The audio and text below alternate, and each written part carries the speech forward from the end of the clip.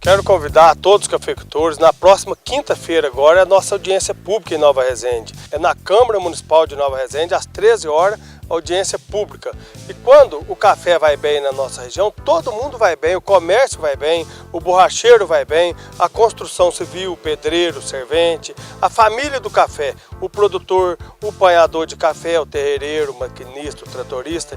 Então nós precisamos muito de criar um consórcio para defender a cafeicultura nas horas boas e nas horas ruins. Que quando tiver crise, que nós tenhamos um consórcio constituído para ir até o governo. Nós precisamos muito contratar uma agência para investir no marketing do nosso café.